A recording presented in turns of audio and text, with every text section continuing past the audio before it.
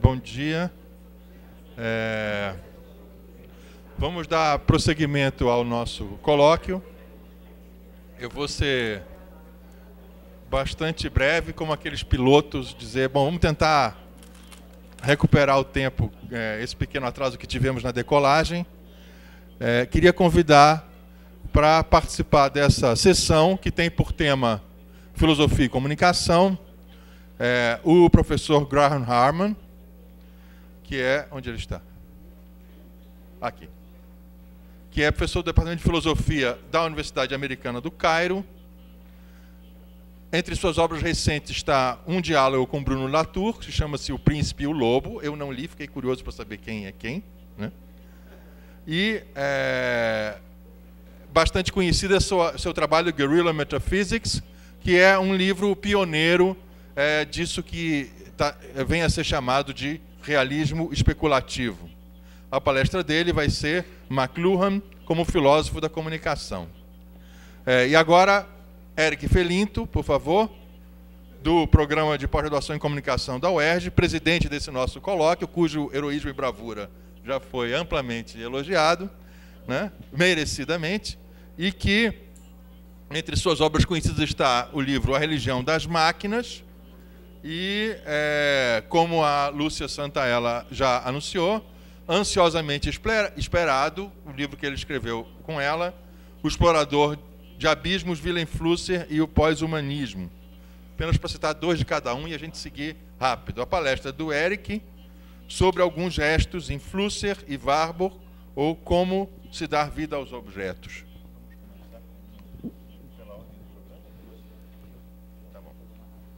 Então, por favor... Quanto? 15? 30, tá bom. Então, por favor, Eric, com a palavra. Oi, bom dia. Eu pedi para falar primeiro porque eu vou ser super rápido. Vou tentar falar em 30 minutos, no máximo, porque eu sei que vocês estão cansados. E, é claro, todo mundo está interessado em ouvir a palestra do professor Graham Harman. Então, eu vou ser extremamente objetivo e assim também dar um tempo para as pessoas voltarem para a sala. O que eu queria conversar com vocês hoje era um tema que me toca muito profundamente. Um autor que eu acho fundamental, mas muito pouco discutido no Brasil, né? O país onde ele viveu mais de 30 anos, Wilhelm Flusser. E eu queria começar fazendo uma confissão. Eu não sei se é um problema psicológico meu, se é alguma patologia, mas eu geralmente me sinto atraído pelos pensadores cujo pensamento apresenta algum grau de estranheza. Quanto mais estranho, quanto mais não usual é o pensamento, a ideia, a teoria, mais interessante ela é para mim. O Borges, por exemplo, né, o grande escritor argentino Jorge Luis Borges, ele apreciava na filosofia exatamente aqueles elementos mais singulares que permitiam aproximar a filosofia da literatura fantástica. Talvez seja um pouco essa a questão. Mas, por outro lado, talvez eu possa dizer que esse gosto, essa inclinação, ela tem um pouco a ver com o princípio da teoria de sistemas de segunda ordem, que é essa ideia de que quanto mais contraintuitiva é uma ideia, mais produtiva ela tende a ser. Ou seja, quanto mais ela contraria as nossas expectativas naturais, mais interessante a teoria, a ideia tende a ser. A teoria de sistemas de segunda ordem do Luhmann, ela está recheada de noções contraintuitivas. Por exemplo, aquela célebre noção do Luhmann de que nós não nos comunicamos, só a comunicação se comunica. Não dá tempo de explicar isso agora, um pouquinho complicado, mas um pouco essa ideia de que me fascina o pensamento contraintuitivo. Eu acho que o Flusser e o Warburg, eles são dois pensadores que a gente poderia colocar nessa categoria de pensadores contraintuitivos. Aliás, aproximar o Flusser e o Warburg é, por si só, um pensamento contraintuitivo. Mas o que me interessa, assim, especificamente no Warburg, é um projeto que o Warburg desenvolveu e que, infelizmente, ficou inacabado, que é o projeto Atlas Mnemosine, cujo nome é uma homenagem à deusa grega da memória. O Warburg tinha esse projeto estranhíssimo, excêntrico e exótico de criar uma espécie de mapa, um atlas das imagens que representaria um pouco uma história da arte na cultura ocidental. E ele passou algum tempo da sua vida fazendo isso e, infelizmente, ele morreu no meio do processo. Aliás, todo projeto interessante tem que acabar inacabado, porque assim ele continua gerando, né, um pouco uma aura de mistério e de fascínio. O Philippe Alain Michaud, um crítico de arte, definiu o projeto do Warburg como um dos mais fascinantes e enigmáticos objetos na história da arte contemporânea. Esse Atlas do Warburg, ele representava uma ideia, ele tinha como objetivo desenvolver nada menos do que um novo estilo de aprender os fenômenos estéticos, no qual o conhecimento é transformado em uma configuração cosmológica e o abismo entre produção das obras e a sua interpretação é abolido. Ou seja, na iconologia, né, na investigação das imagens, na história da arte, o intérprete, ele, em certo sentido, também se torna um pouco um criador. O Mnemosyne consistia basicamente em painéis de fundo preto, onde o Warburg ele dispunha várias imagens, fotografias, desenhos, gravuras. Nessas imagens, o Warburg tentava então mapear como, através da história da arte, durante vários séculos, certas imagens, certas figuras, certas configurações visuais, elas se mantinham ao longo do tempo, fazendo uma espécie de mapa da gestualidade humana representada nas artes. Então era um projeto muito interessante, porque ele colocava lado a lado imagens da arte clássica da Grécia com imagens da publicidade contemporânea, mostrando como uma certa gestualidade ela sobrevivia, né, através da história. E essa gestualidade ela tinha naturalmente certos significados, mas ao longo do tempo ela podia também adquirir novas significações. Ou seja, um gesto que, por exemplo, na Antiguidade Clássica representava medo, né, em alguns séculos depois poderia passar a representar contemplação, o mesmo gesto. Ou seja, o projeto do Warburg era uma tentativa de mapear o movimento na imagem, de mapear um pouco a forma como o sentimento, a expressão humana se manifestava através da gestualidade e como isso era representado na história da arte. E para pensar essas questões, ele cunhou dois conceitos. Está em alemão, porque eu acho que são termos difíceis de traduzir, e são difíceis de traduzir, mas também porque é mais chique, né, botar em alemão. Nachleben, né, essa palavra que significa pós-vida, e que é um termo que a gente encontra na obra de Walter Benjamin, quando na teoria da tradução do Walter Benjamin, ele usa essa expressão Nachleben para definir como uma obra ela sobrevive no tempo graças ao trabalho do crítico e do tradutor, que oferecem à obra uma espécie de pós-vida. E a outra expressão é Pathosformel, difícil também de traduzir, fórmula de pathos. O pathos como a emoção interior que é traduzida numa imagem através de uma fórmula específica.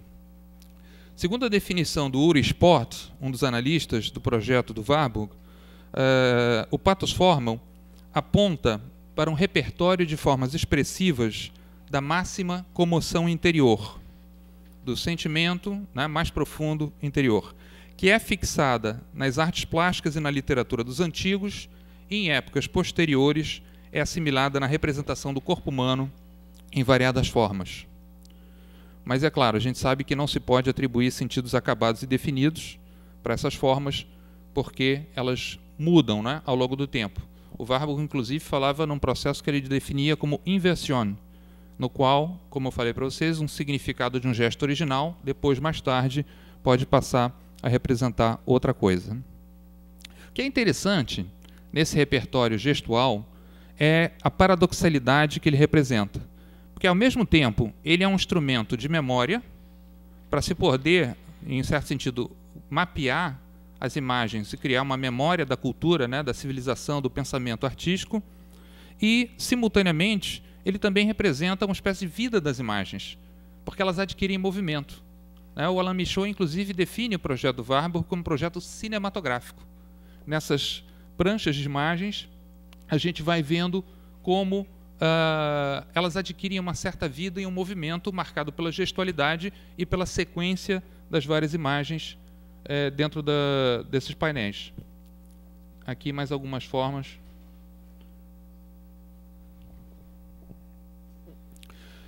O Georges Didier Berman, também analisando o projeto Warburg, ele definiu o projeto dele como uma espécie de ciência arqueológica do pathos da antiguidade, ou seja, uma arqueologia da emoção expressa nas obras de arte. Acho essa definição interessante, porque não é coincidência que depois a gente vai encontrar num livro organizado por Stefan Andriopoulos e Bernhard Dotzler essa ideia exatamente de uma arqueologia dentro do projeto Warburg. Um livro chamado Contribuições para uma Arqueologia dos Meios, 1929. Para esses autores, 1929 foi um ano importante, definidor desse tema da arqueologia dos meios. E nesse artigo, o Uri Sport caracteriza o projeto do Warburg como um projeto midiático. Não apenas por causa das metáforas que o Warburg usa, que são várias metáforas tecnológicas, como, por exemplo, transformador e sismógrafo, e ele usa isso para expressar as emoções interiores, mas também pelo fato de que o Warburg ele tinha um interesse muito forte na questão do suporte midiático das imagens.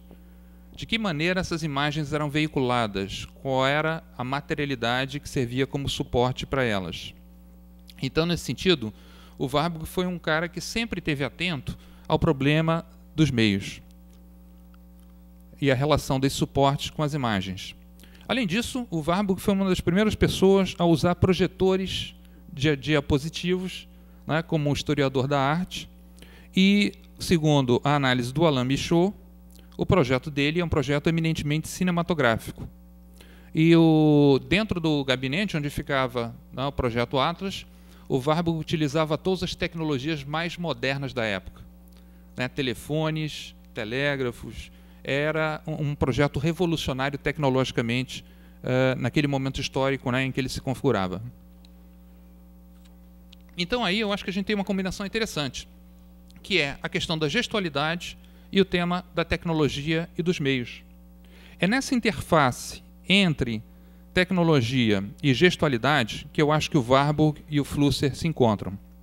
O Flusser escreveu, na década de 80, um livro que foi publicado em 94, um livro chamado Gesten, Gestos.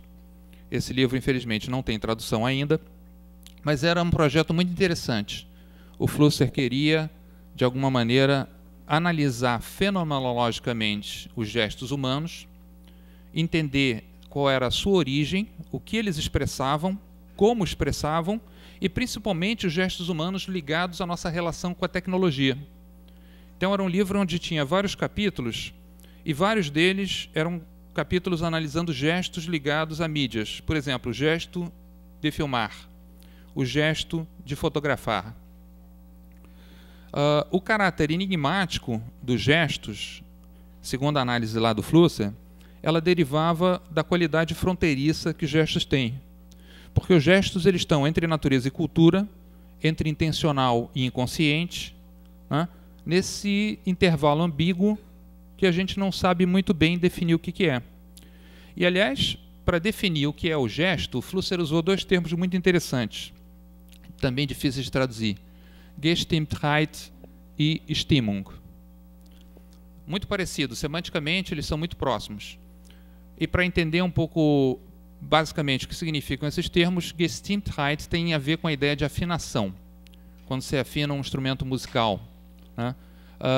O Heidegger, por exemplo, usou esse termo na sua obra, associando a ideia de afinação ao ser do homem, ao Dasein do homem, que está sempre afinado segundo alguma disposição específica. Né? Stimmung, por sua vez, significa a ideia de uma certa ambiência, um mood, uma disposição também interior. Um pouco, por exemplo, como uma frase célebre do Fernando Pessoa, em que ele define os seus estados interiores como se fossem paisagens que têm a ver com o clima. Fernando Pessoa diz assim, por exemplo, uma tristeza é um lago morto dentro de mim. Criando uma ideia, uma imagem que é muito interessante, porque ao mesmo tempo ela traduz uma disposição interior invisível, mas ela traduz isso de uma forma visível, numa forma material. Então essa palavra Stimmung, ela é muito curiosa, porque ela cobre um espectro de significado que tem a ver tanto com o material quanto com o imaterial. Stimmung vem de voz, Stimme, einstimmen significando concordar, né? Uma série de sentidos interessantes que tem a ver com as ideias de afinação e disposição. Ou seja, essa palavra ela dissolve a tradicional barreira entre corpo e espírito.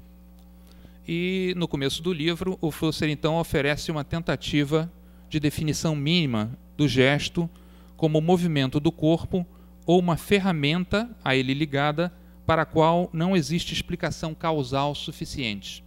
Não dá para você reduzir o gesto a algo de uma ordem racional. Sempre existe um imponderável, né? Um mistério nessa gestualidade, da onde que ela vem. E o Flusser propõe, vamos fazer uma teoria dos gestos, porque a única maneira da gente entender melhor o que significa, por exemplo, o gesto de filmar, o gesto de fotografar, é pensar uma teoria comunicacional dos gestos. Ele fala em pesquisa comunicacional, Kommunikationsforschung. O problema é que, segundo ele, esse campo de pesquisa, que era voltado à interpretação e especulação, acabou se tornando, sob influência das ciências da natureza, um saber com pretensões explicativas, como se fosse uma ciência. E o paradoxo é que, depois que ele propõe tudo isso, no final do livro, a gente não encontra nenhuma teoria estabelecida. Ou seja, você fica até meio frustrado, né, esperando, cadê, onde é que está a teoria, onde é que está o conceito acabado, e ele não nos apresenta nada disso. O que ele mostra para a gente é uma espécie de proposta de leitura intuitiva dos gestos.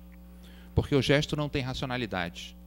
A gente tem que entrar num estado de afinamento com o outro, que gesticula, para poder, de alguma maneira, captar essa gestualidade.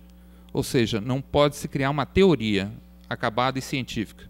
Você tem que estabelecer um estado de espírito que permita você se encontrar com o outro, um Stimmung que seja convergente com a disposição do outro. E é claro, quem é que é a pessoa mais indicada para produzir esse tipo de experiência? O artista. Porque é no universo da arte que eu encontro essa dimensão não racional e que trabalha a partir da ideia da intuição. Ele pergunta assim, por exemplo, quando eu observo uma obra de arte, não a interpreto eu como um gesto congelado que apresenta simbolicamente alguma coisa que é de uma ordem outra que a razão? E aqui é muito próximo a proposta do Flusser com a do Warburg, né? Porque ele está propondo um mapeamento dos gestos que tem como base uma certa estética.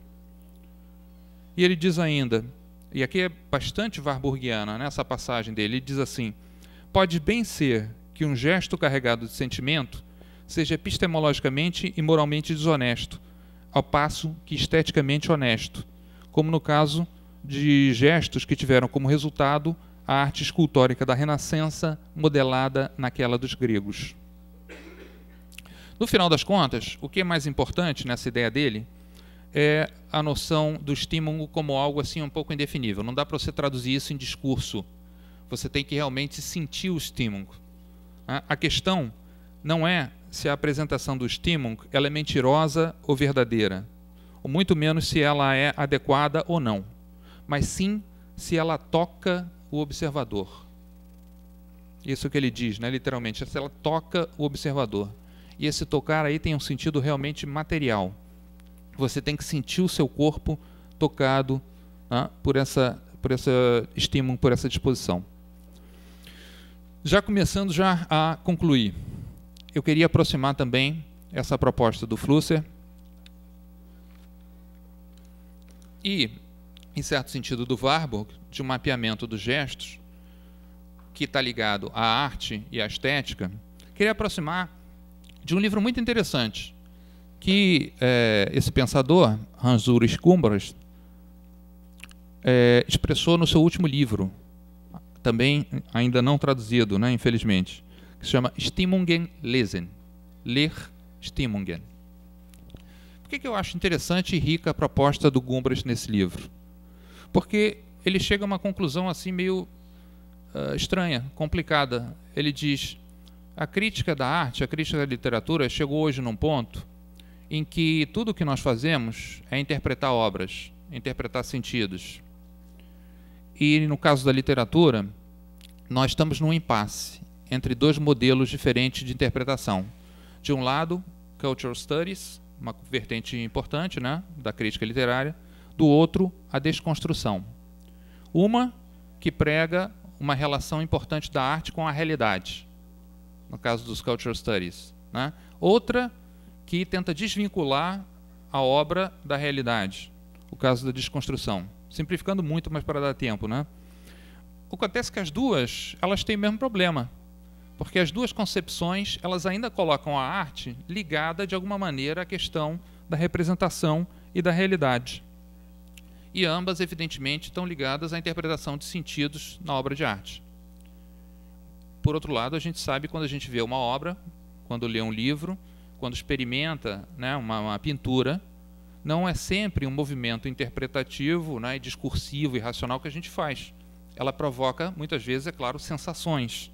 Ela provoca atmosferas. Ela provoca ambiências. Ela nos coloca naquele universo em que a gente tem que pensar sobre a relação entre o material e o imaterial.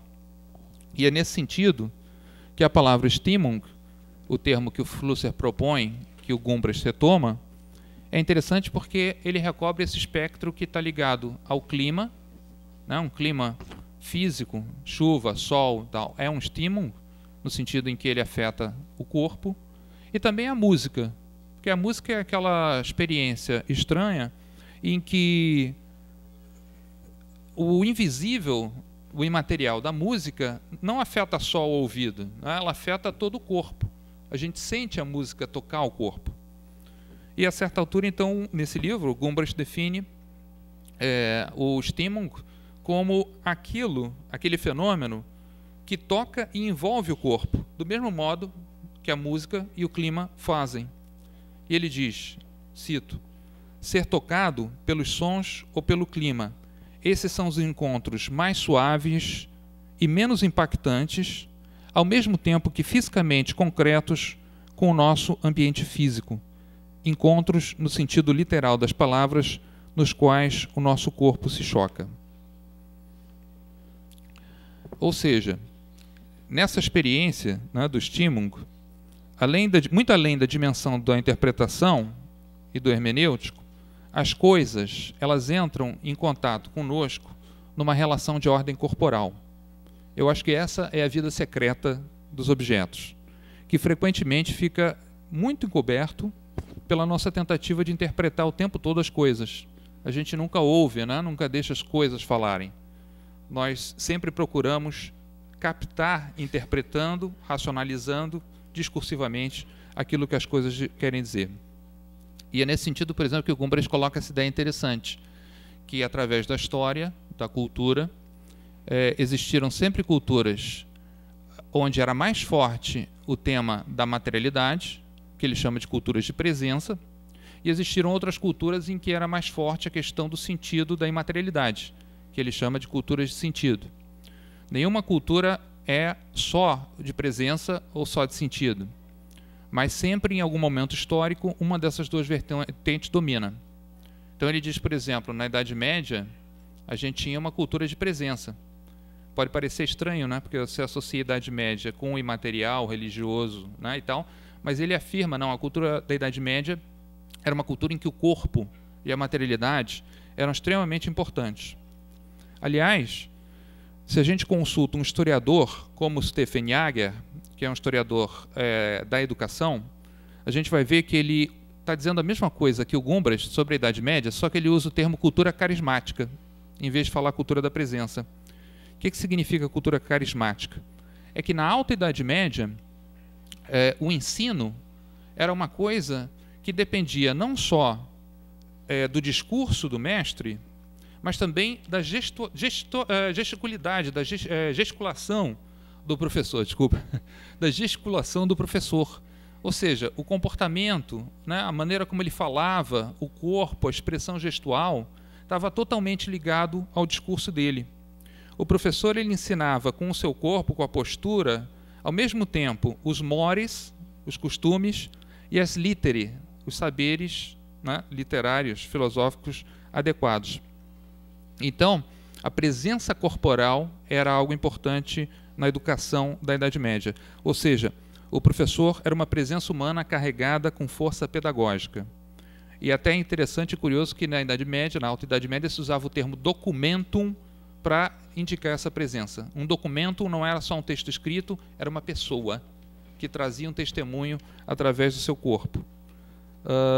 Por exemplo, uma frase que vem de um tratado medieval, falando sobre um monge, né? Juntamente com outros documentos da boa vida, ele, o monge, ele legou aos clérigos um exemplo extremamente salutar de abstinência e de autocontrole. Ou seja, a gente poderia falar numa espécie de estética material da existência. Tanto para Gumbras quanto para Flusser, a leitura do Stimmungen se inscreve nas suas formas de articulação no nível da experiência estética. Porque a experiência estética ela está sempre tensionada entre efeitos de sentido e efeitos de presença.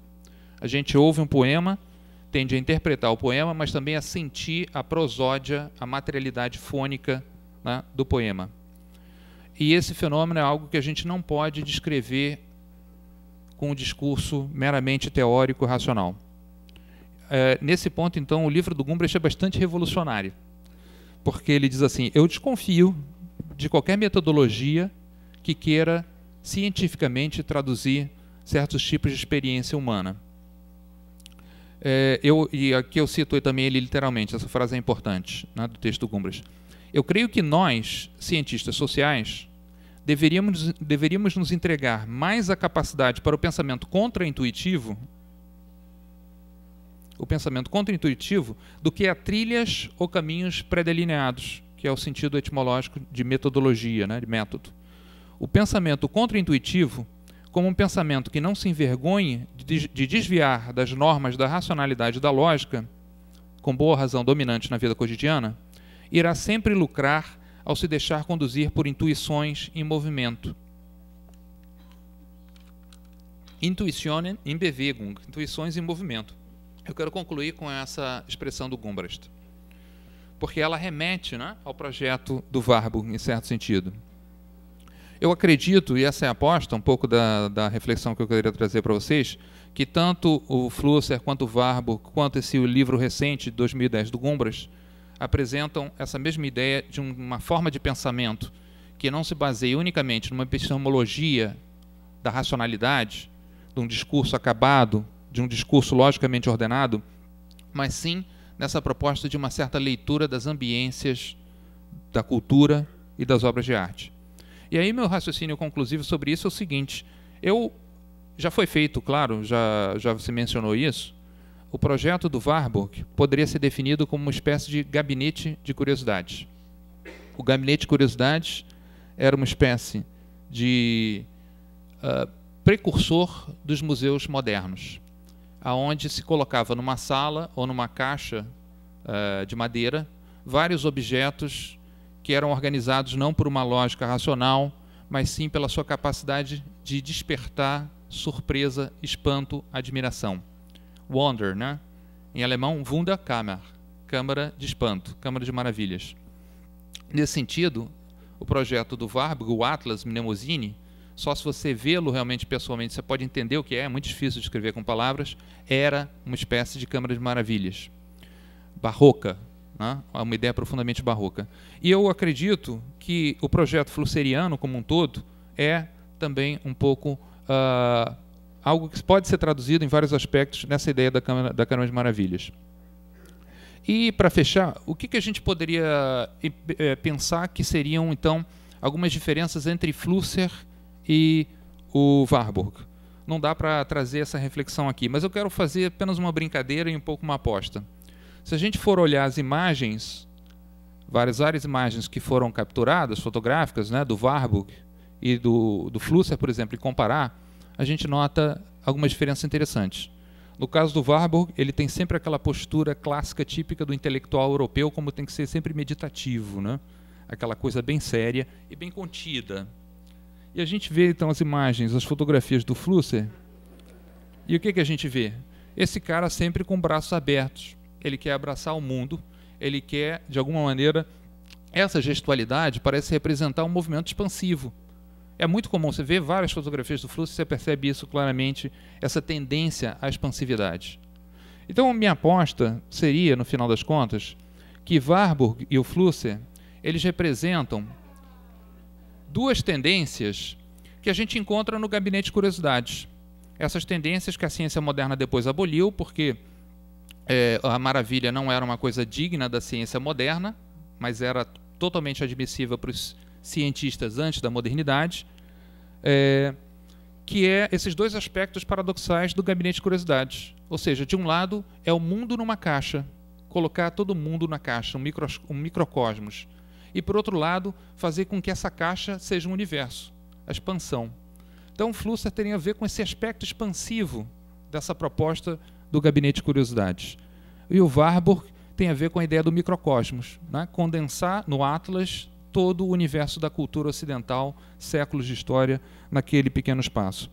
Como definiu o professor Zielinski, o Flusser ele era movido por um sentimento, e eu acredito nisso, né, tipicamente barroco, que era a ideia da curiositas, né, a curiosidade como algo que tem a ver com fascínio, com essa inclinação a se deslumbrar com o mundo como uma criança.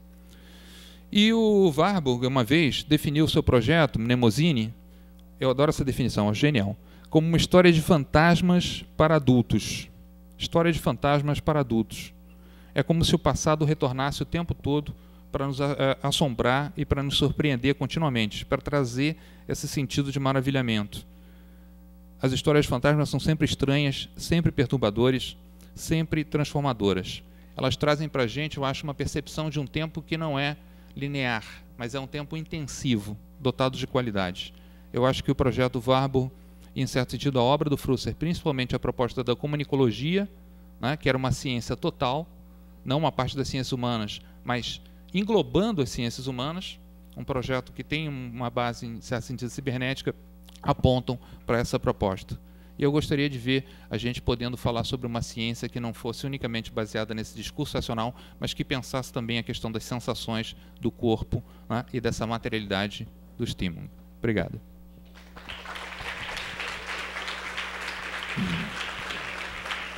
Obrigado, Eric. Vou passar imediatamente a palavra ao professor Harman, por favor.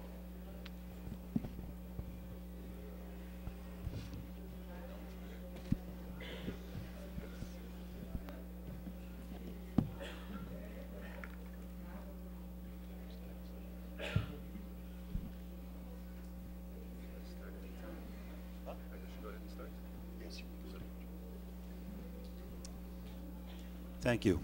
Test, test. Can you hear this? Am I audible? Yeah. It doesn't sound very loud.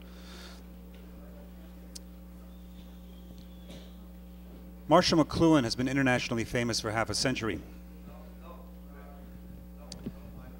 The microphone's not working. Now it's working. How about this? It doesn't sound very loud to me. Could somebody please turn up the microphone?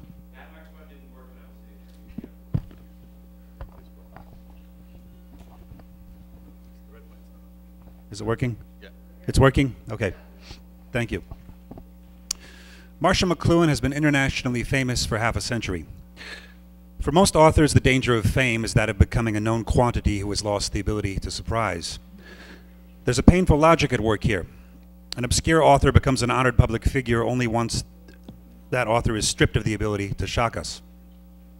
A standard interpretation of the author's work arises, supported and enforced by various institutions, and a thinker who was originally daring and rebellious is now represented on stage by chorus and security guards.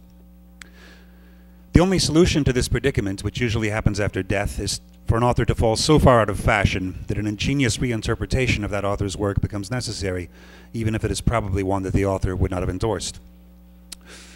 This is the dangerous fate of important intellectual figures who triumph for only a few brief years before being trivialized into official versions and then twisted beyond recognition by their most gifted grandchildren.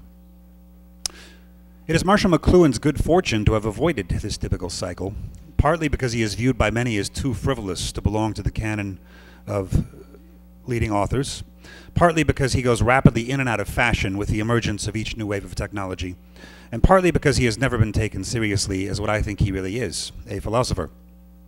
Today I want to convince you that McLuhan is a figure of tremendous value for philosophy, not because McLuhan is more than just a media theorist, but perhaps because philosophy is nothing more than media theory, in a twofold sense that I will explain.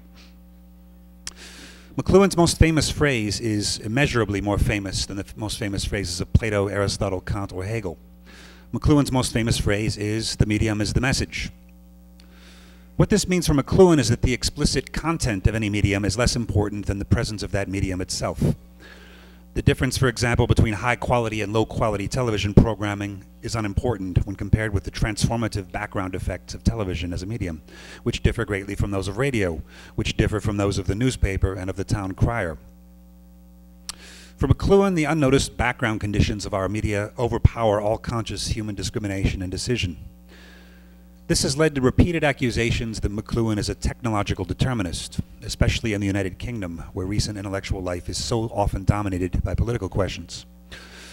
Later, I will try to explain why the charge of technological determinism misses the point when it comes to McLuhan. But first, I would like to note an ambiguity in the concept of medium that will serve as the engine of this lecture. We have seen that for McLuhan, the medium is that which hides in the background, silently dominating our awareness, even as we remain hypnotized by the surface content of television, telephone, the newspaper, the e-book. In this respect, McLuhan is the clear ally of Martin Heidegger, with his contempt for the visible figures of presence at hand, Vorhandenheit, and his rigorous poetry of being, which withdraws behind all conscious access. There is perhaps at most a difference of attitude here, since McLuhan claims to prefer the vanishing literate culture of explicit visibility to the emerging tribal culture of group inclusion and concealed background effects, while Heidegger openly deplores the culture of presence, which he sees in technology. Moreover, while Heidegger treats technology as if it reduced all objects to a stockpile of present-at-hand materials, McLuhan sees the new electronic technologies as doing exactly the opposite, collapsing the literate visual culture of presence. Shortly, I will address the McLuhan-Heidegger relation with respect to their shared attention to the cryptically concealed background and the central role of fourfold structures in their thinking. But there's a second sense of medium that apparently has little to do with hidden backgrounds. This is the medium in the sense of the mediator. Two quarreling friends are afraid to approach one another directly and are invited to lunch by a third friend who is able to patch up the quarrel. A postal service mediates the written communication between two friends who live in distant parts of the world. A regent mediates the transfer of power between the dead king and the infant prince. Fleas mediate the transmission of bubonic plague from rats to humans. In these cases, the medium is by no means that which functions as a hidden background. Instead, it is the explicit mediator of contact between two other things. In fact, here it is the very opposite of a ground. It is a figure that enables the communication between two grounds that would otherwise not be able to communicate. It might seem that there is no such concept in McLuhan, but I will claim the opposite. And here the parallel is not with Heidegger, but with our friend Bruno Latour. In saying the medium is the message, and in this way denying that the content is the message, McLuhan makes use of a distinction drawn from Gestalt psychology between figure and ground. As he puts it in the posthumously published Laws of Media, co-authored with his son Eric, all situations comprise an area of attention, figure, and a very much larger area of inattention, ground. Figures arise out of and recede back into ground. For example, at a lecture, attention will shift from the speaker's words to his gestures, to the hum of the lights or to street sounds, to the feel of the chair or to a memory or association or smell. Each new figure in turn displaces the others into ground. The McLuhans immediately add that the study of ground on its own terms is virtually impossible, By definition, it is at any moment environmental and subliminal. The only possible strategy for such study entails constructing an anti-environment, such as the normal activity of the artist, the only person in our culture, the McLuhans say, whose whole business has been the retraining and updating of sensibility. We can deal later with the role of the artist in McLuhan's world. For the moment, I simply wish to note that Heidegger might easily have written the passages I just quoted from McLuhan. Heidegger, too, might have said that figures rise out of and recede back into ground, that attention will shift from the speaker's words to his gestures, to the hum of the lights or to street sounds, and that the study of ground on its own terms is virtually impossible. Nor would such remarks be peripheral to Heidegger's philosophy. They would be central. In this way, McLuhan finds himself in close proximity to one of the greatest philosophers of the past century, and I would argue the greatest. Heidegger found his original voice by overcoming phenomenology. The entire point of Husserl's phenomenology was to suspend all consideration of a hidden ground of natural physical causes and to focus only on what is present in consciousness. But Heidegger reversed this insight, beginning from 1919, by noting that normally we do not deal with things as present in consciousness. Consciousness is a derivative mode, grounded in our unconscious, inattentive dealings with entities. To use McLuhan's example, Heidegger would say that the words of a lecturer are a minimal figure immersed in a vast and tacit background of gestures, lights, street sounds, the tactile feel of the chair, and memories and associations and smells. Heidegger would say that for the most part, things remain in that tacit environmental background, and that only in special cases do they become present, most often in cases of malfunction. The broken hammer, the forgotten word in the midst of a speech, the emergence of smoke and flame from the kitchen, the disappearance of ocean liners at night far out in the sea. This is Heidegger's famous tool analysis, which I hold to be the most important moment in the past century of philosophy, not yet a cliché, contra what Latour was saying yesterday, not quite exhausted yet. And its resemblance to McLuhan's foundational insight should be clear enough. The background is more powerful than what is present. Ground is mightier than figure. There are some obvious differences, of course, but all are to McLuhan's credit. What withdraws from presence for Heidegger is being itself, and this being tends to be treated by Heidegger as a single shapeless mass with no other role than to undercut human thought and action with its immeasurable depth, much like the apeiron of the pre-Socratic philosophers. For McLuhan, by contrast, it is individual entities that withdraw: televisions, telephones, playing cards, kites, and trains. Perhaps the background effects of these media cannot be studied directly, as McLuhan admits, but their specific effects can at least be detected in indirect fashion. And then there is McLuhan's richer conception of history. While Heidegger serves up a linear history of growing presence and growing technological darkness, hoping for a reversal someday, McLuhan's history of technology is rich in surprises and reversals, as we will soon see. There's also an important problem shared by both Heidegger and McLuhan, which I note here for its importance, though it cannot be a focus of today's lecture. Namely, there's an unfortunate tendency by both Heidegger and McLuhan to over-identify figure and ground with the pair conscious and unconscious, as though it were really a Gestalt psychology of figure and ground rather than an ontology of figure and grounds. Consider the following point. The electric lights in this room may hum in the background without my consciously noticing it. Or I may lose interest in the speaker and turn my conscious attention directly to the lights instead. But in both cases, the light itself remains in a background that I can never exhaust. In other words, the reason the electric light is ground rather than figure is not because I happen not to be noticing it at this moment. Instead, it is background because even when I am staring at the lights, I do not exhaust the reality of the lights. In a number of books and articles, I have also argued that the same is true of objects in relation to each other as well, and this links up with the panpsychist panel this morning.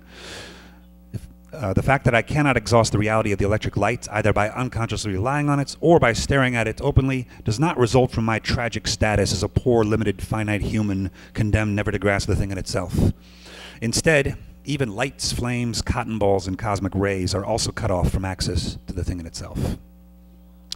How could flames and ocean waves exhaust the reality of what they strike any more than we humans can? The fire interacts with the flammability of the cotton, not with its whiteness and its softness. The waves strike the sand as a feeble barrier, unaware of the smells that dogs have found in the sand. The figure-ground interplay has nothing to do with the difference between conscious and unconscious, and everything to do with how things are distorted and simplified by any relation whatsoever, whether with human or non-human things. This is the key proposition I have argued for as the basis of object-oriented philosophy. But since it is not the focus of today's lecture, we can move on to more central themes. we only need to remember that the difference between figure and ground is much deeper than the difference between explicit and implicit, though both Heidegger and McLuhan share this mistake, I would argue.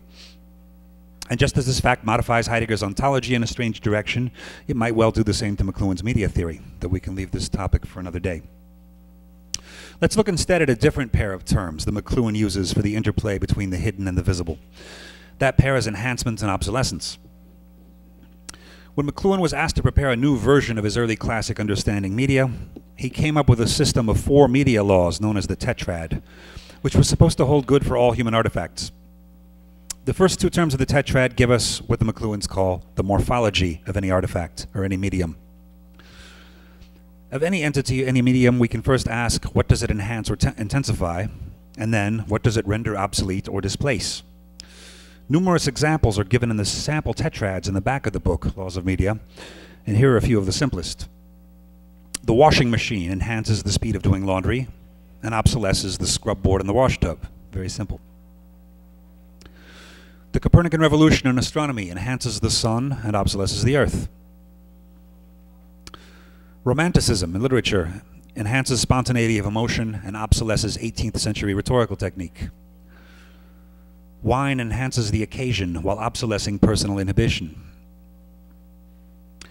The principle is both simple and interesting, though in a certain sense the McLuhans got the terminology backwards, I would argue. For whereas the McLuhans hold that enhancement makes something more visible and obsolescence less so, this contradicts their other claim that the medium is the message and that the background is where the action is. Consider the washing machine. By obsolescing the scrub board and the wash tub, the washing machine does not make these older devices less visible. Instead, it makes them more so. Even the McLuhans tell us that what is obsolesced turns into a visible cliché, something that clutters our lives, clutters our awareness. A cliché is a medium that is now dead but once was living. In this sense, the visible realm is not a realm of enhancements, but of obsolete media that were yesterday's news, like out-of-date fashions. Our visible world, for McLuhan as for Heidegger, seems to be a world filled with petrified statues, with things that have the mere semblance of life. At the same time, it is misleading to say that the washing machine simply enhances the speed of doing laundry. What it really enhances is a laundry machine world, which is still with us, and therefore cannot quite be defined yet, since it is not yet an accessible cliché. It is a world of idle 45-minute lounging in the basement, waiting for the machine to finish its cycle. A world of laundromats in which love affairs, robberies, and murders can occur, alongside harmless daydreams and the reading of newspapers. Contrary to what the McLuhans sometimes say, what is enhanced becomes hidden in the ground, while what is obsolesced becomes a visible clutter, like the previous generation iPod rattling in your drawer or the George W. Bush administration. We already saw that the McLuhans link enhancement and obsolescence with the morphology of media, with the status of media in any given instant. But this morphology is also accompanied with metamorphosis, which describes how one medium transforms into another. The 2 terms here used by the McLuhans are reversal and retrieval. Reversal occurs through what the McLuhans call the overheating of a medium. To overheat means to become too filled up with detail and information, so that at a certain point the medium flips into its opposite. To take another simple example, the speed and convenience of cars reverses into the hassle-filled life of traffic jams and hour-long searches for parking. The speed of the washing machine reverses into a lifestyle of continuous laundry. I like that one. The Copernican revolution reverses into relativity, so that the sun is replaced by an infinite number of centers. The individuality of romanticism flips into sheer abstraction, detached from any personal meaning. Wine reverses into insults and hangovers. Every medium contains the seeds of its own downfall, its own reversal, once it is pushed past the point of equilibrium. The second pole of metamorphosis is retrieval. The McLuhans hold that every medium has an older medium as its content. The Copernican revolution, for example, retrieves the ancient sun-centered astronomy of Aristarchus. Wine retrieves both the ritual observance and the festive spontaneity of an earlier period of civilization. But it is interesting to ask which is cause and which is consequence here. Does the older medium appear as a byproduct of some new medium, or do we in fact summon the new medium precisely by reenacting the old one? Well, it seems like both of these scenarios must be possible. The McLuhans, ironically, seem primarily interested in the second one. I will repeat a citation already made earlier here. The study of ground on its own terms is virtually impossible. By definition, it is at any moment environmental and subliminal. The only possible strategy for such study entails constructing an anti-environment, such as the normal activity of the artist, the only person in our culture whose whole business has been the retraining and updating of sensibility. And the McLuhans continue from there as follows.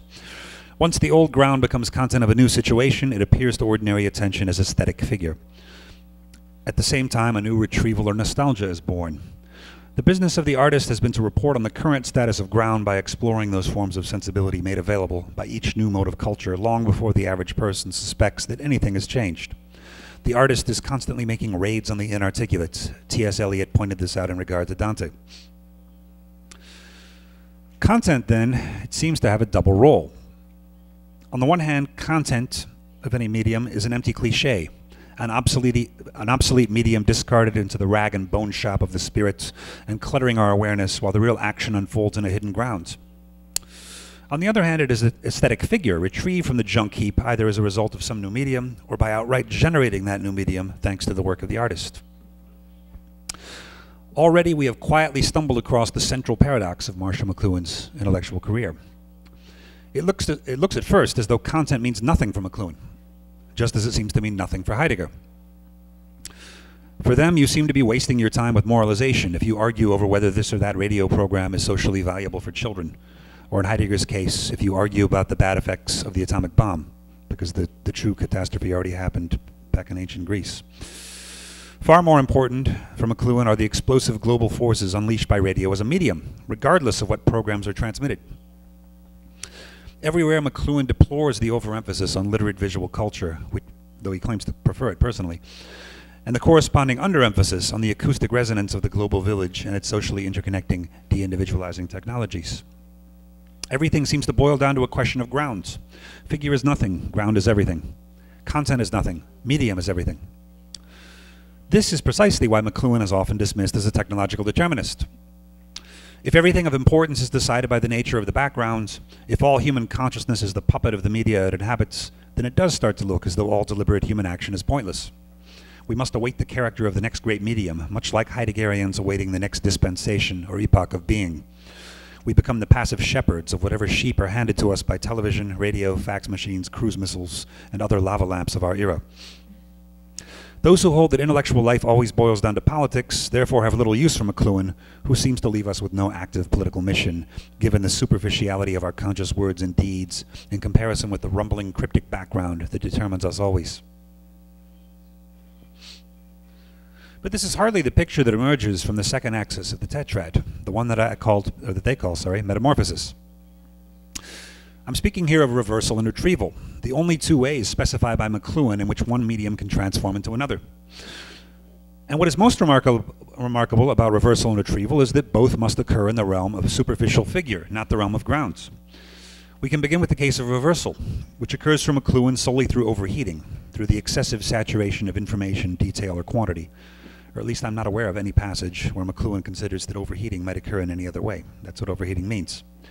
Cars appear in our world as a medium of speed and personal efficiency, but within a few generations they numerically overheat to the point that they no longer function as efficient and silent background media.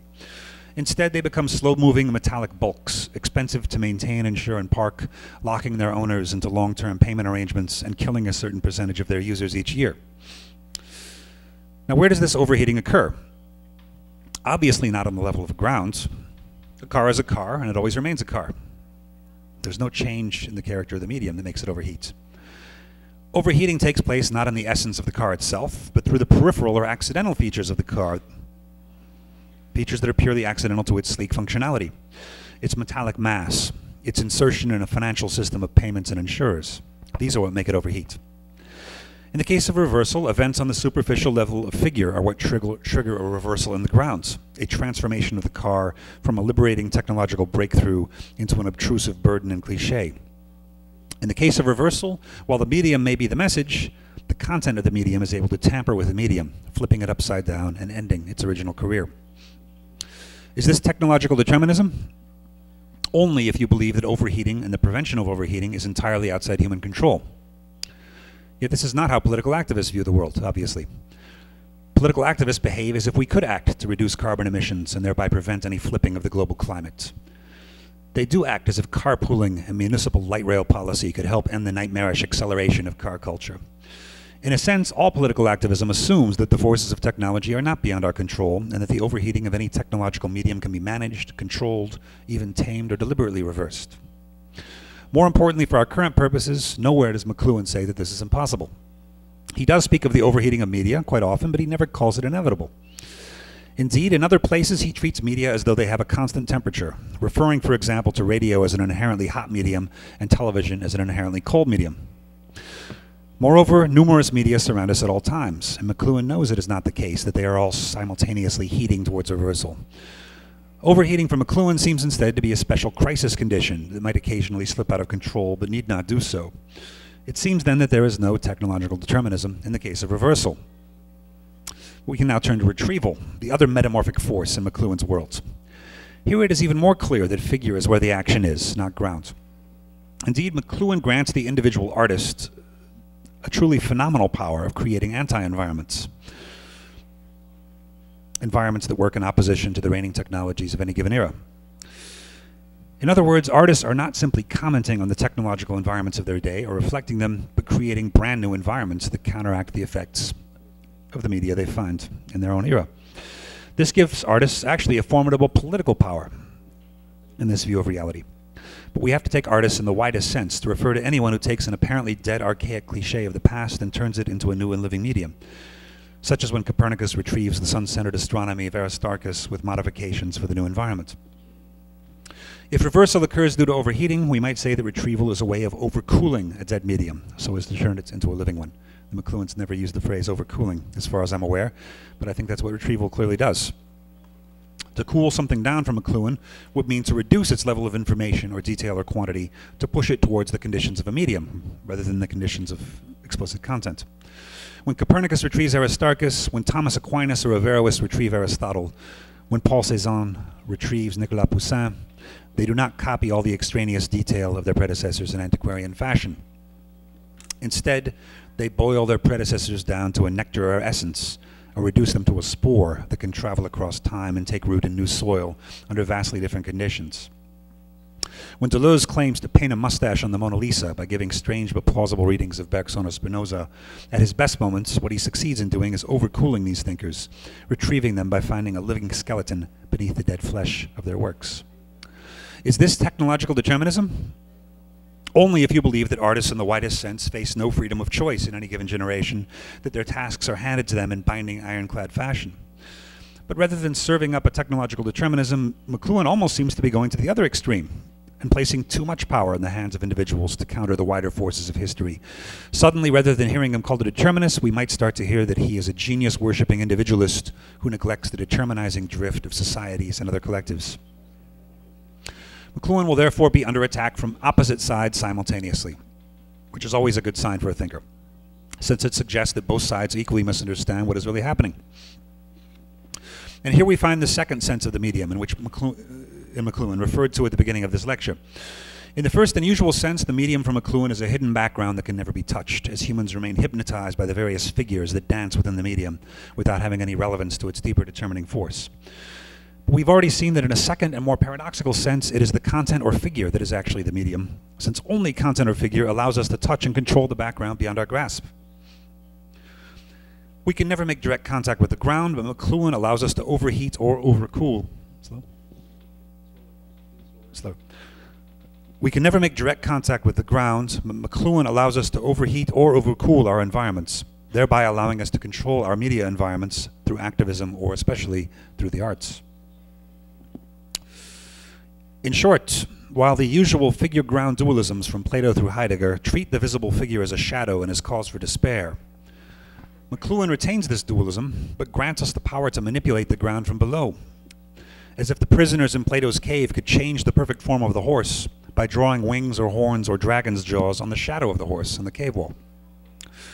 If not unprecedented in the history of philosophy, this wonderful perversion is certainly rare.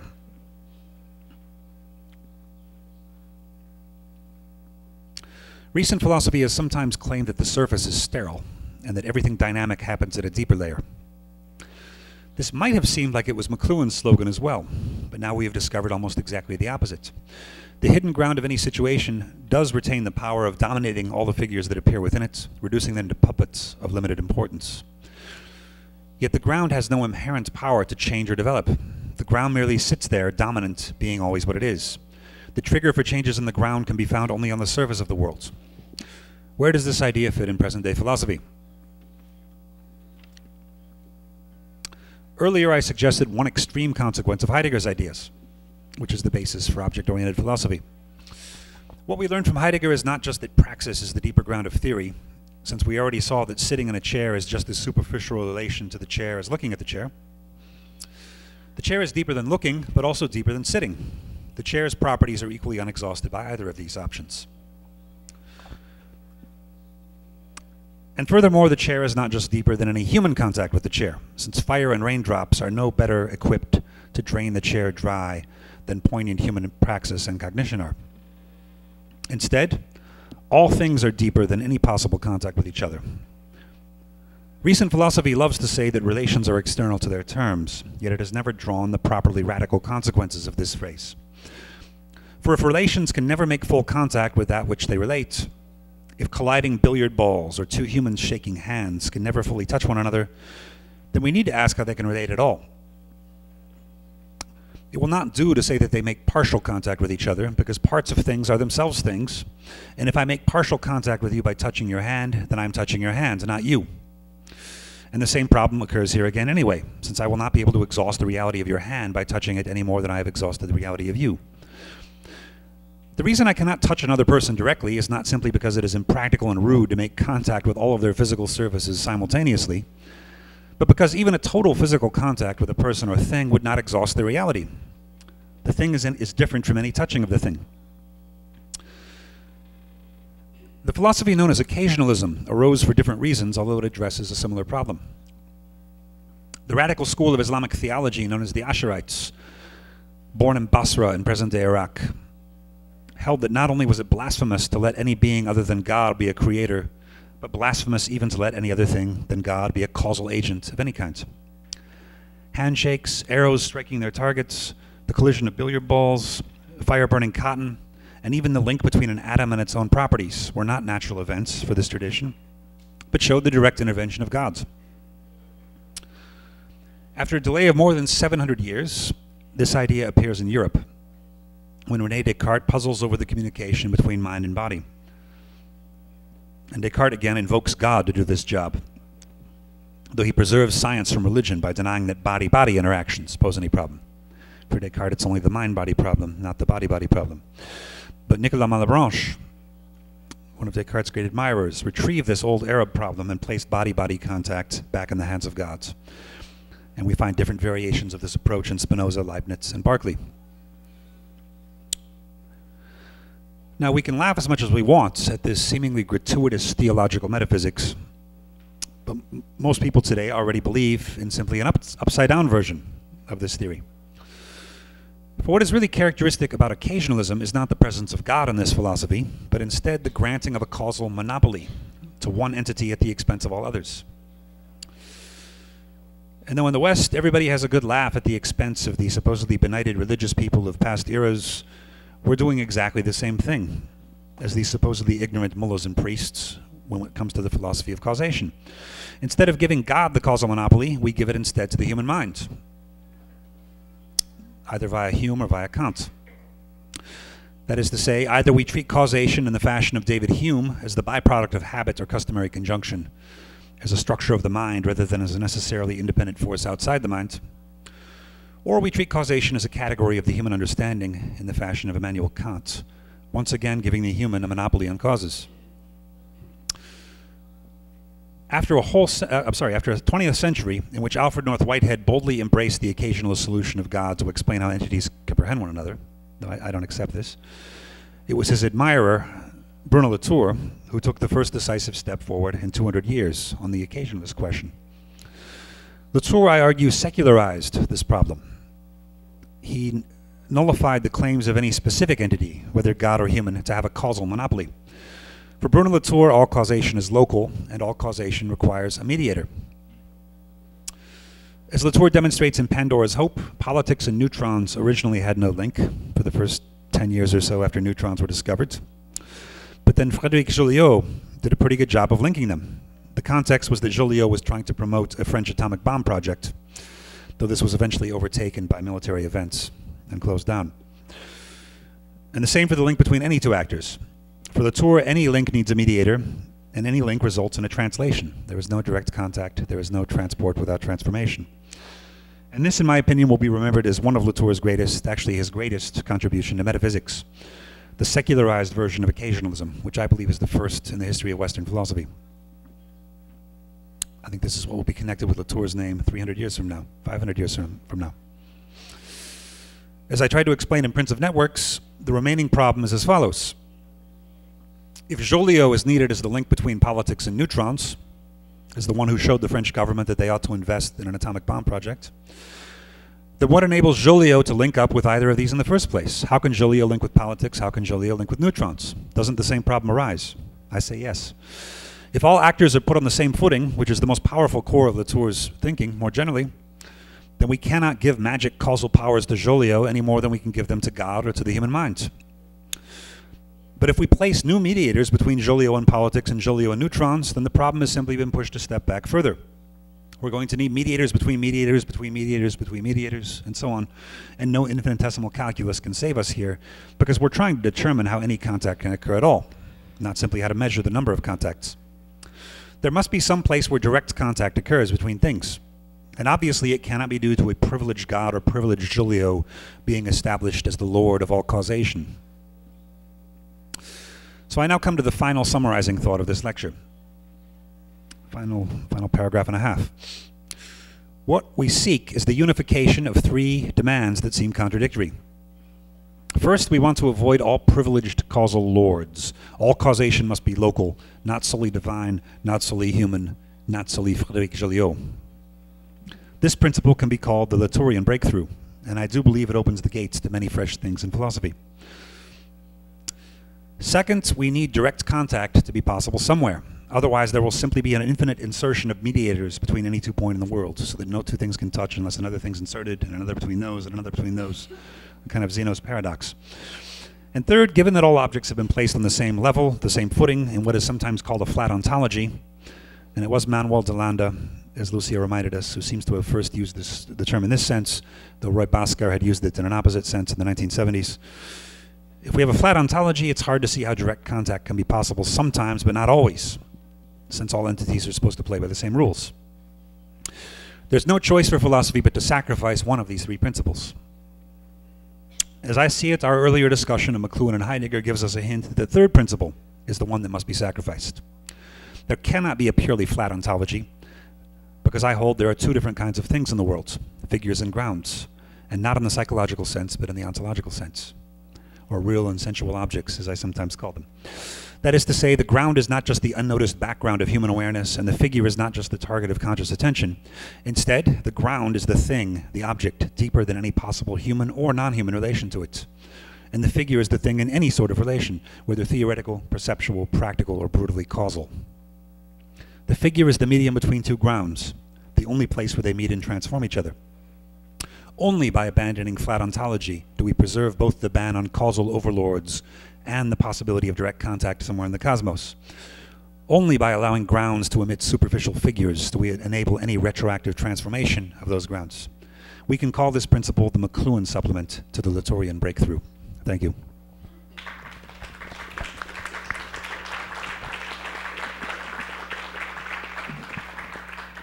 Alô? Alô? Vou tentar usar esse. Vocês me ouvem com esse? Não? Não, né? Vai ter que circular, não é? Bom, graças à brevidade dos nossos palestrantes, que definiram pelo menos um quadrilátero interessantíssimo com Warburg, Flusser, McLuhan e Heidegger, só para... o campo para as perguntas está aberto. E temos um tempo para fazê-lo até até a hora do almoço. Depois eu anuncio a próxima sessão, que eu queria apenas lembrar que começa às 14h30. Então, por favor. Aqui o primeiro... Tem o... ali, tá. Vai chegar o... Está chegando o microfone.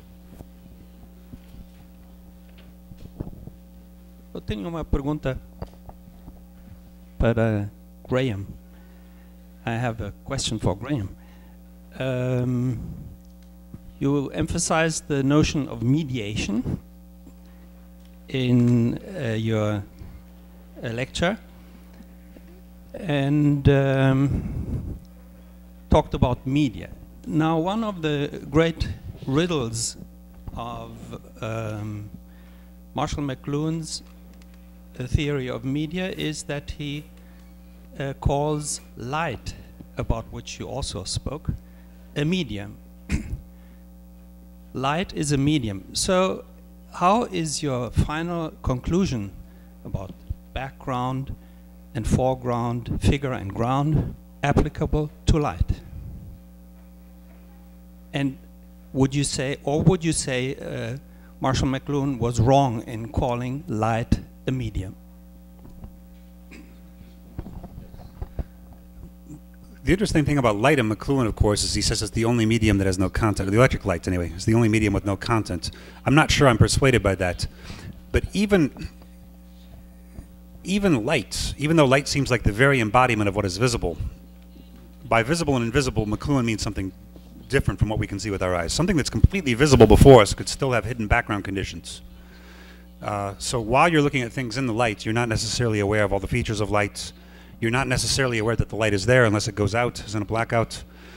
And so I don't think McLuhan's treatment of light is exceptional in that sense. I think it's exceptional in the opposite sense, that he wants to privilege it as the medium that has no content.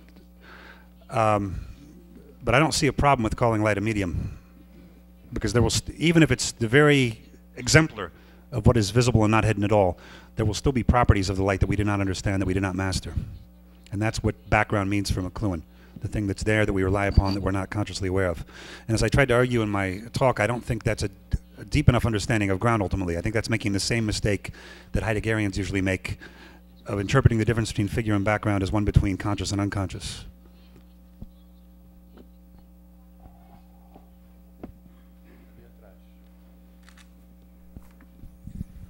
Thank you, Graham. That was really interesting, and we've got a lot that we can talk about.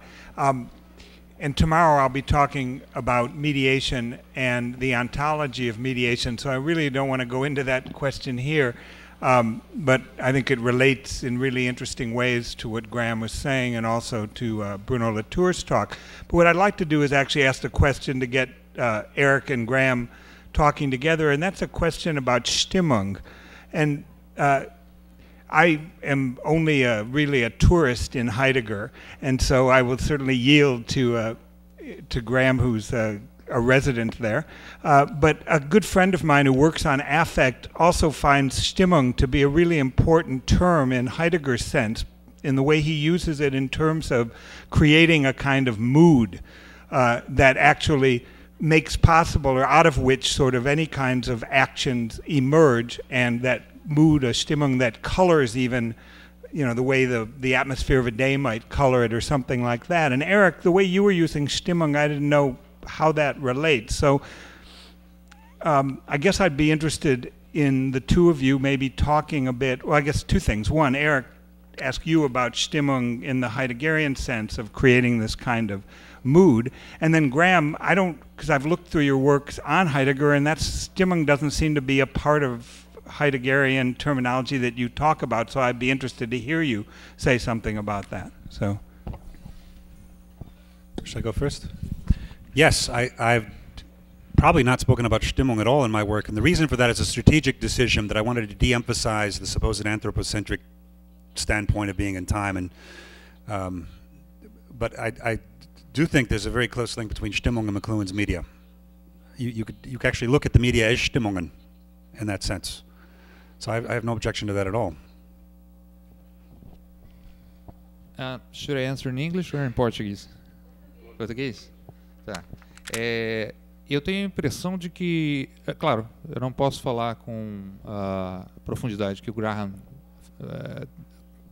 pode sobre Heidegger, mas para mim o que é interessante nesse conceito de Stimmung, e na maneira como me parece que aparece em Flusser e em Gumbrecht, é o fato de que o Stimmung ele representa aquele intervalo difícil de captar entre uma dimensão material da experiência e essa sensação invisível interior que o sujeito sente confrontado com um determinado objeto. Essa sensação, esse estímulo, é muito difícil traduzir porque a palavra é extremamente polissêmica e ela tem uma trajetória muito longa na história da arte, da crítica da arte. Né? O Gombrich faz um pouco dessa história, desse conceito, mostrando a rentabilidade que ela tem no sentido da gente desenvolver realmente um outro modo de ler que não seja meramente interpretativo. Aliás, o que eu acho interessante na proposta dele é que ele diz que a cultura hoje ela já faz isso, inconscientemente, a cultura contemporânea. A gente vai ver um filme, por exemplo, hollywoodiano, efeitos especiais, sensações visuais, você consome muito menos a dimensão hermenêutica dessa obra do que propriamente a experiência que ela proporciona, né? Uma certa ambiência. E nesse caso, por exemplo, é um caso que eu gosto de mencionar, o filme de horror, ele está muito ligado, eu acho, à dimensão do estímulo. Porque o filme de horror, ninguém vai ver o filme por causa da história, né? Ela é sempre igual.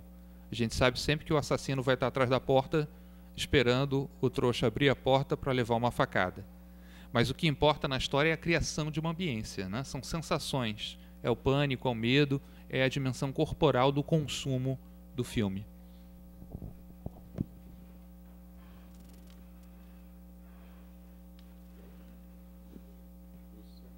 Aqui na frente.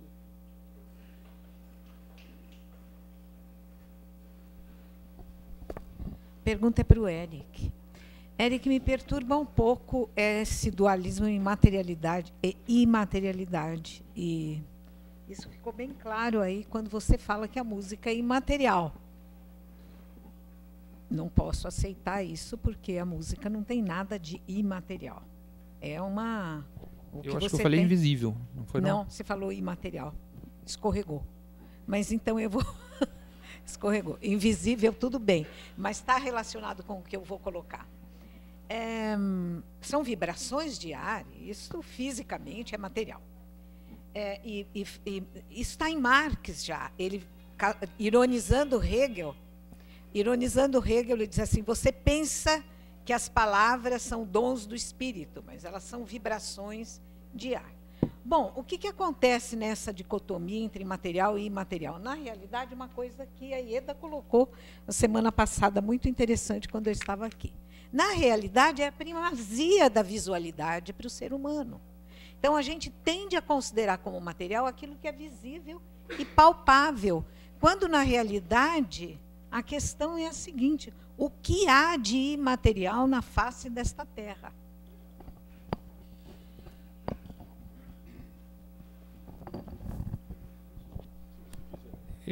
Não, quer dizer, eu acho que não é bem uma pergunta.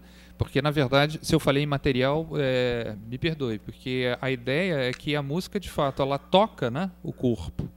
E não toca só o ouvido. E a experiência da música, muito mais do que uma experiência interpretativa, né, é uma experiência de sensação auditiva e corporal. É por isso que a música traduz bem essa ideia do estímulo. Mas, de fato, fazer um dualismo, uma oposição entre material e imaterial não é interessante. Não é tão interessante quando se pensar esse momento da tensão, esse intervalo entre um e outro.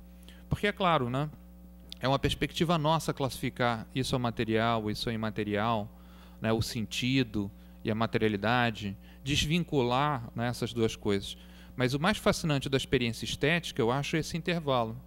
É esse lugar indefinível que está entre uma e outra. E essa ambiguidade que confere ao conceito de estímulo, por exemplo, a riqueza, eu acho que ele tem. Né? Esse intervalo indefinível entre aquilo que nós tendemos, né, a considerar como material e aquilo que nós imaginamos como sendo de uma ordem da imaterialidade. Acho que a música e o clima são realmente os exemplos mais perfeitos dessa noção. Sou eu aqui. Eric, eu quero te agradecer por me dar a oportunidade de retomar a discussão dos sistemas enativos. Porque quando você colocou a questão da ambiência, é justamente isso que os sistemas enativos propõem. E você sabe que já há toda uma discussão de se cinema é inativo. O cinema inativo, conforme Pia Tica e os teóricos e artistas que fazem esse cinema inativo, ou os artistas como eu, que trabalho com sistemas inativos e não mais interativos, é justamente a inclusão e a geração dessa ambiência a partir do bioemocional, de trazer até os sinais biológicos nessa relação de enação e de autopoieses pelo biológico e pelo bioemocional, jogando com a relação com as imagens. Então, é justamente nessa proposta de não mais de interatividade, que não é mais nem o cinema expandido, nem o cinema interativo, e sim o cinema enativo. Então, eu gostaria de recolocar a proposta que antes foi dita que talvez não seria essa ecological perception da ambiência, e numa estética que está além da estética kantiana do gosto, e sim da ambiência e da troca, da autopoiesis pelo bioemocional e pela sinestesia. Você fala muito dos sentidos, e são os sentidos e essas experiências trocadas entre os sistemas, o biológico e o sistema que está sendo apresentado, seja no filme, na instalação do artista, o que for. Muito obrigada. Eu te coloco a pergunta, você conhece isso? Você sabe o que está acontecendo sobre isso? Não, não conheço. São experiências bem avançadas, mas isso existe. Não, bacana, pelo que você falou, parece que tem bastante a ver com essa ideia que me interessa, de um cinema de sensações, por exemplo. Aliás, o cinema de sensações, ele também é uma coisa bastante antiga. Se você pensar que o primeiro cinema ele era completamente baseado numa estética de sensações, muito mais do que narrativo, né, hermenêutico. Então, nesse sentido, eu acho bacana. Depois você me passa a informação que eu quero incorporar. Legal. Eu vou começar a concentrar em pequenos blocos, se as perguntas forem se multiplicando. Primeiro ali, depois a Ieda aqui na frente. Bom, eu vou falar assim rapidamente. Quando eu era aluna na UERJ, do ERIC, alguma coisa bastante forte me surpreendeu, foi a deshermeneutização gumbretiana, dizendo, vamos quebrar, vamos revolucionar as leis, as interpretações, as semânticas, as gramáticas, né? Então, o Eric fala aqui em atos disruptivos, na contra-intuição flusseriana, né? E no gesto congelado, no pré-gesto, que seria um plano de fundo, não sei, que antecede, por exemplo, uma obra de arte. Que vida há invisível e secreta no gesto que a criou? E aí eu falo dos gestos que antecedem, por exemplo, nas gestualidades que existem na pantomima, nos pantomimeiros, com a anuência tácita de códigos cúmplices e conlueados com o interlocutor. Há um código, há uma gramática na pantomima, no mímico, nos pantomimeiros, e todos se convencionam que não há quebra de lógica nem de hermenêutica. Depois, eu me lembrei da gestualidade dos políticos, né, normalmente políticos brasileiros, cujas mãos dormentes, adormecidas e hipnogógicas tentam ficar ausentes e subreptícias do seu discurso, da sua fala, né, tentando esconder as suas intencionalidades, né, as suas pré-intencionalidades. Então, as mãos ficam assim ou ficam assim. Os gestos não podem se mostrar, os gestos não podem se falar. E, finalmente, a publicidade, o marketing digital, ele vem falando muito, cada vez mais, brand sensations, brand experience, né? E os bordões que se usa. A escola desce redondo. Itaú, né? Quer dizer, você multiplica, viraliza, e o gesto cria a sua voz, cria a sua fala e cria a sua reverberação.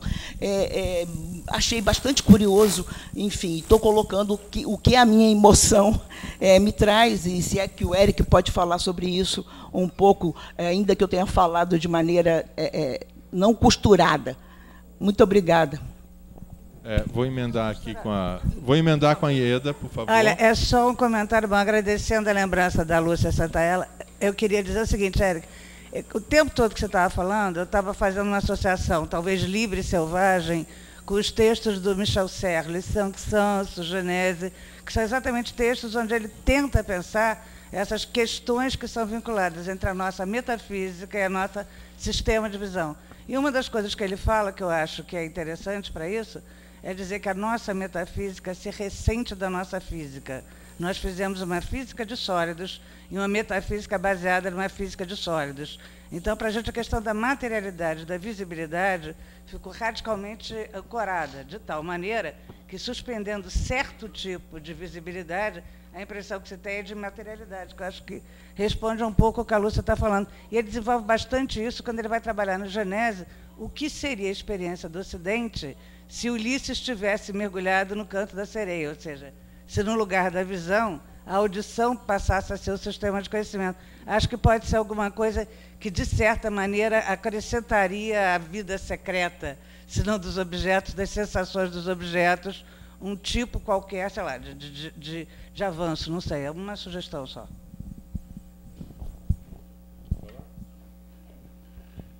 Bom, a pergunta da Graça, eu não sei se eu entendi. Mas eu queria só fazer um comentário. Eu acho que algumas coisas que você falou tem um pouco a ver com um texto que me toca muito. É um texto clássico do Heinrich von Kleist chamado Sobre o Teatro das Marionetes. É um texto interessantíssimo, em que o Kleist, que é um autor romântico no alemão, ele coloca essa ideia de que a marionete, o que tem de mais fascinante na marionete é que ela é como se fosse é um autômato, né? Não tem consciência. Ela é manipulada, né, pelo titereiro, você falou aí da coisa dos bonecos, e ele diz: o bailarino perfeito é aquele que não tem consciência do que ele está fazendo, dos seus movimentos. Ou seja, no momento em que ele para, por exemplo, de interpretar, de entrar na dimensão hermenêutica, o corpo dele como se ganhasse vida própria, se torna um objeto, digamos assim, animado. Então esse texto eu acho fascinante, porque ele coloca essas mesmas questões, me parece, que têm sido discutidas por esses autores como Gombrich, né, Kittler, muitos autores da chamada teoria da mídia alemã, que tentam, de certa maneira, recuperar isso que foi meio que sufocado pela tradição humanística, hermenêutica, né, do Ocidente, que é essa dimensão material. E, aliás, isso tem uma relação também com a questão da Ieda, porque esse projeto, por exemplo, a sereia, né, ouvir o canto da sereia, o Kittler ele fez uma coisa muito louca.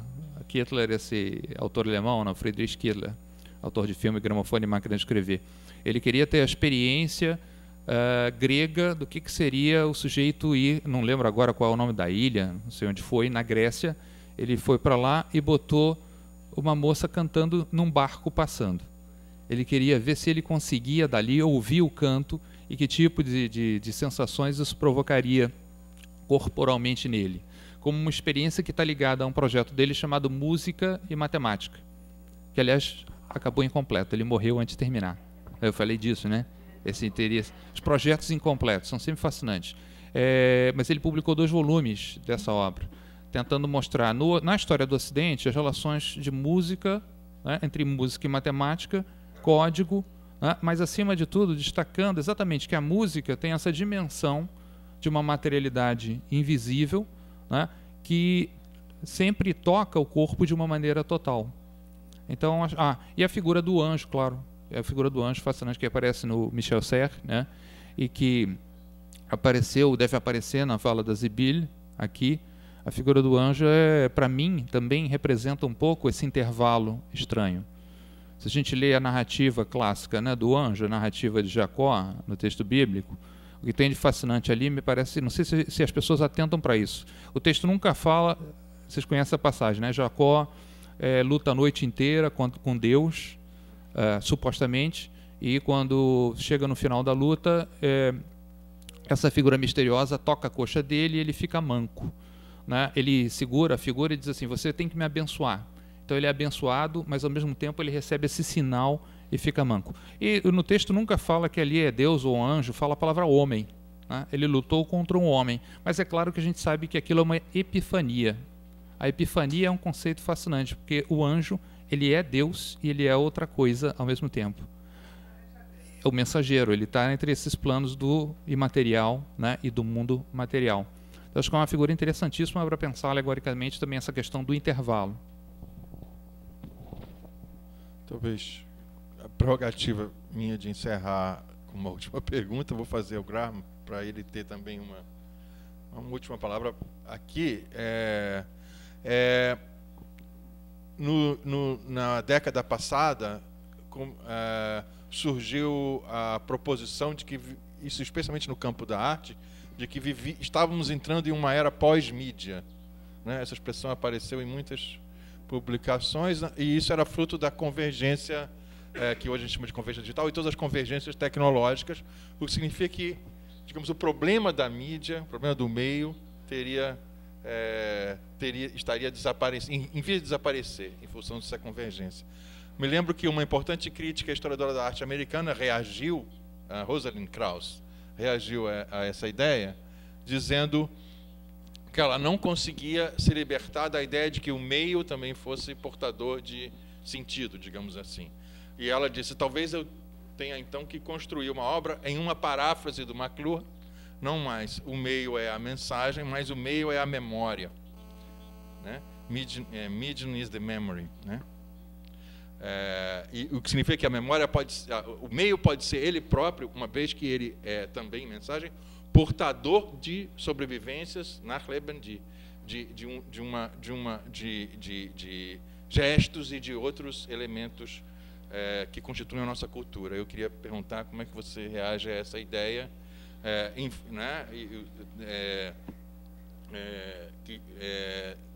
de uma releitura da questão dos meios num contexto de uma convergência tecnológica, convergência. É isso. Did you get it? I'm not sure I understood it.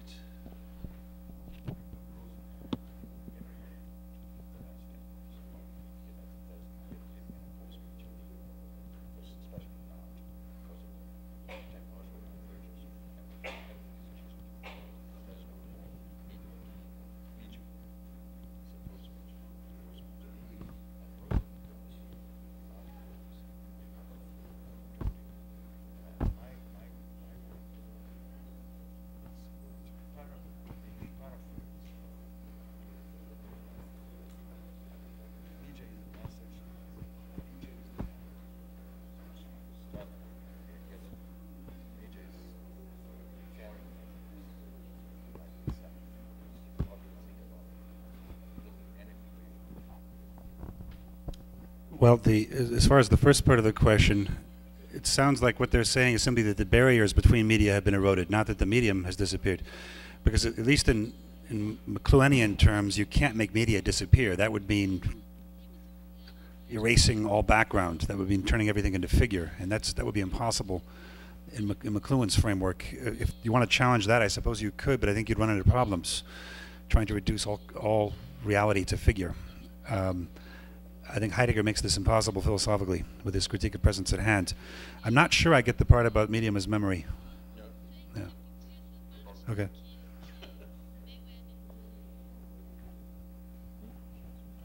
Muito bem. Então,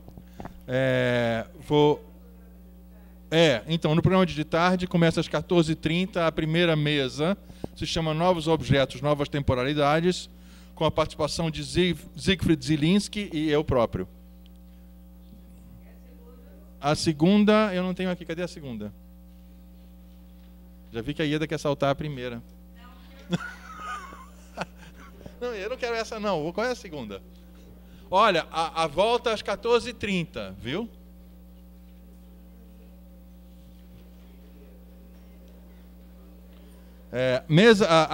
A mesa de 16h40, Teorias, Objetos, Mídias, com Adalberto Miller e Sibyl Kramer, com a mediação da Lúcia Santaella.